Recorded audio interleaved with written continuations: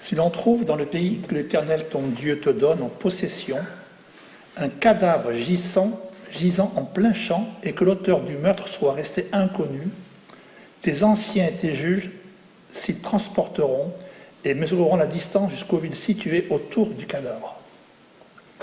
La ville la plus rapprochée du cadavre étant déterminée, les anciens de cette ville prendront une jeune vache qu'on n'aura pas encore employée au travail et qui n'aura porté aucun joug.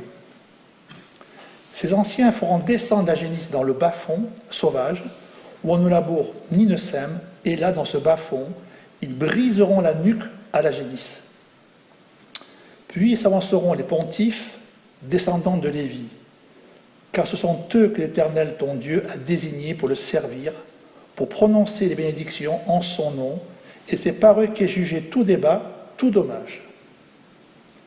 Et tous les anciens de la ville en question, comme voisins du cadavre, se laveront les mains sur la génisse, dont on a brisé la nuque dans le bas-fond. Et ils diront tour à tour, nos mains n'ont point répandu ce sang-là, et nos yeux ne l'ont point vu répandre. Pardonne à ton peuple Israël que tu as racheté, Seigneur, et n'impute pas le sang innocent à ton peuple Israël, et ce sang leur sera pardonné. Toi, cependant, tu dois faire disparaître du milieu de toi le sang innocent, si tu veux faire ce qui est juste aux yeux de l'Éternel.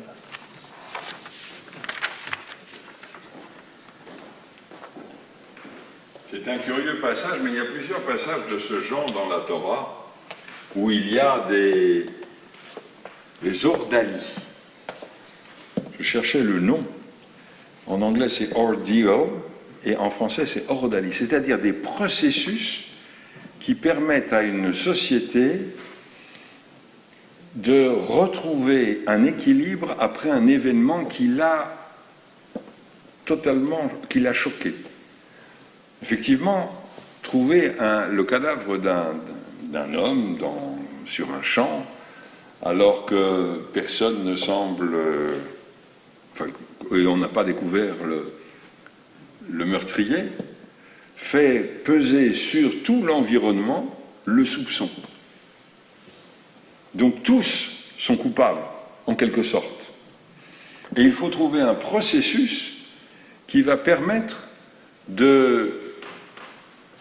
d'apaiser les angoisses et le sentiment de culpabilité, parce que peut-être, et c'est ce que dans le Talmud il est dit, que les anciens, lorsqu'ils viennent, ils disent « Nous avons tout fait pour l'accompagner, nous avons tout fait pour l'accueillir, mais il est parti seul. » Il faut que la société trouve un moyen, un processus qui l'apaise. Alors il y a plusieurs éléments quand même très curieux dans ce processus. On va prendre une génisse, et le Talmud précise de moins de 2 ans. Pourquoi moins de 2 ans? Parce qu'en général, une génisse est vélée à partir de 2 ans. C'est en général l'âge où la génisse va devenir une vache, en ayant donné naissance à un veau. Donc moins de 2 ans, dit le Talmud, elle doit avoir moins de 2 ans, elle ne doit avoir, comme dit le texte, ni avoir porté le joug, c'est-à-dire avoir transporté du matériel, quel qu'il soit, ni avoir été celle qui tirait la charrue. Alors c'est très curieux cette précision, parce que dans le fond, cette génisse, elle n'est pas encore devenue une vache, donc elle n'a pas vélé, donc elle n'a pas encore produit une nouvelle vie, ni du lait, bien entendu, mais en plus, elle a été d'une totale incapacité où elle n'a rien produit par elle-même. Elle n'a rien apporté. Elle n'a rien apporté de valeur ajoutée au monde. Donc, en quelque sorte, d'une certaine façon, on va dire qu'elle est vierge dans ce monde. Et donc, on va prendre cette génisse et on va procéder à cette ordalie pour couvrir, en quelque sorte, la mort de cette personne trouvée dans les champs. Alors on va l'emmener, le texte dit, on va l'emmener dans le fond d'une vallée, dans un endroit où personne ne marche habituellement, qui n'a jamais été semé, qui n'a jamais été labouré, qui n'a jamais été travaillé. Et on voit en quelque sorte la génisse, qui n'a rien apporté au monde, être amenée dans ce lieu qui n'a rien produit pour l'humain autour. Et les anciens de la ville vont procéder comme cela est dit. Le Talmud précise, répond à la question indirectement, qu'est-ce qu'une ville? Parce qu'il peut y avoir des bourgs, il peut y avoir des villages, il peut y avoir des villes, mais comment définit-on une ville? Alors, dans le Talmud, la question ne se pose pas sur la superficie de cette ville, ni sur le nombre d'habitants.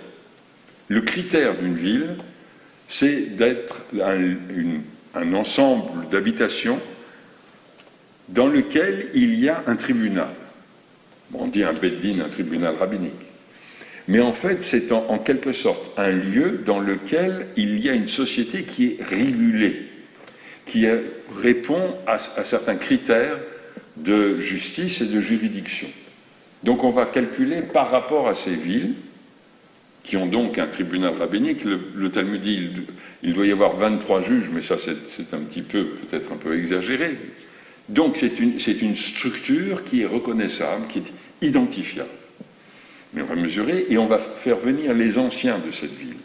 Non pas, et les juges de cette ville, non pas ceux du Sanhédrin de Jérusalem, non, c'est local. Il faut que ça reste local. Ils vont venir et ils vont énuquer la génisse.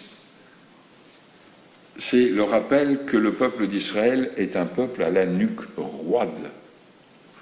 Donc on brise la nuque de cette génisse, et les anciens vont être autour de la génisse, et on va leur verser de l'eau sur les mains, et ils vont dire « Nous nous lavons les mains de cette mort-là ». Se laver les mains, c'est de là très certainement que vient cette expression. Je n'ai pas été recherché pour voir si c'était vraiment cela, mais en fait, le texte est clair. Nous nous lavons les mains car nos mains n'ont pas participé à la mort de cette personne. Et la génisse va rester là où elle est, on ne peut en tirer aucun profit, bien entendu. Donc c'est cette ordalie qui va être mise en place afin que la société puisse intégrer cette mort. Le mort va être bien entendu enterré de façon décente, et puisse continuer à être. Et alors, dans le Talmud, c'est dans Sota, on pose la question, mais pourquoi tout ce processus? On va faire venir les gens, on va mesurer la distance à la prochaine ville, donc ça prend du temps. Et il y a un commentateur qui dit la chose suivante.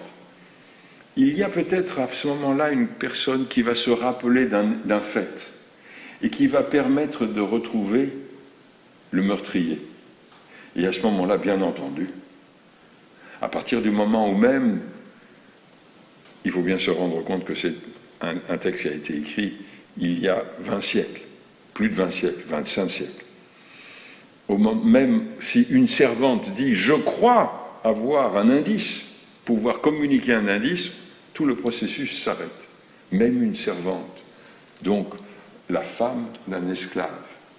Ce qui veut dire qu'on va susciter en quelque sorte, par toute la mise en scène, on pourrait presque parler ainsi, de ce processus, on va susciter la réflexion de tout un ensemble, de toute une société, et peut-être qu'à ce moment-là, on va découvrir le mystère qui était resté jusque-là insoluble.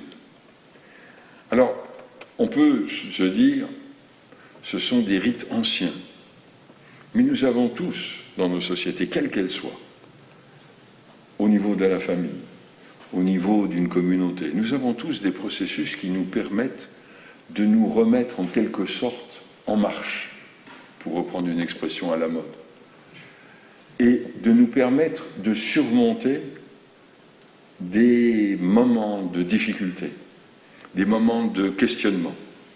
Et ce n'est peut-être pas un hasard si ce texte est lu alors que nous commençons le mois de Elul, puisqu'à la fin de ce mois de Elul, nous avons Rosh Hashanah, et que la tradition dit, à partir du mois de Elul, on commence à se poser des questions concernant nos comportements anciens.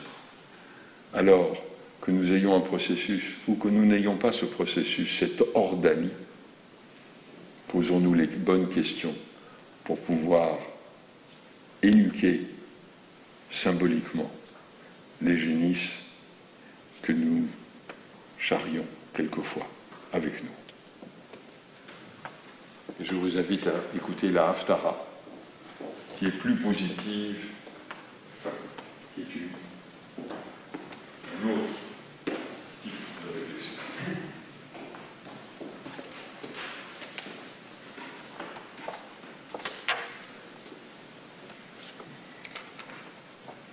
Réveille-toi, réveille-toi, pars-toi de ta force, Sion. Revêt tes habits de fête, Jérusalem, cité sainte, car désormais personne d'incirconcis ni impur n'entrera plus chez toi. Secoue ta poussière, lève-toi et reprends ta place, Jérusalem. Débarrasse ton cou des liens qui l'enserrent, captive, fille de Sion, car ainsi parle l'Éternel. Gratuitement vous avez été vendus, et sans dépense d'argent vous serez rachetés. Oui, ainsi parle l'Éternel Dieu. À l'origine, mon peuple descendit en Égypte pour y séjourner, et puis Achour l'opprima sans motif. Et maintenant, qu'ai-je à faire ici, puisque mon peuple a été capturé gratuitement? Ces dominateurs poussent des cris de triomphe, dit l'Éternel, et constamment, chaque jour, mon nom est outragé. Donc, que mon peuple connaisse ce nom, et qu'il sache en ce jour, moi je parle, je suis là. Qu'ils sont gracieux sur les montagnes les pieds du messager qui annonce la paix, du messager de bonnes nouvelles qui annonce la délivrance, qui dit à Sion, ton Dieu est roi.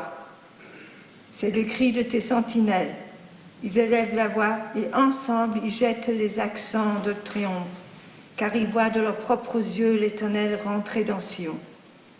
Éclatez en cris de joie, chantez en chœur, ruine de Jérusalem, car l'Éternel console son peuple et délivre Jérusalem.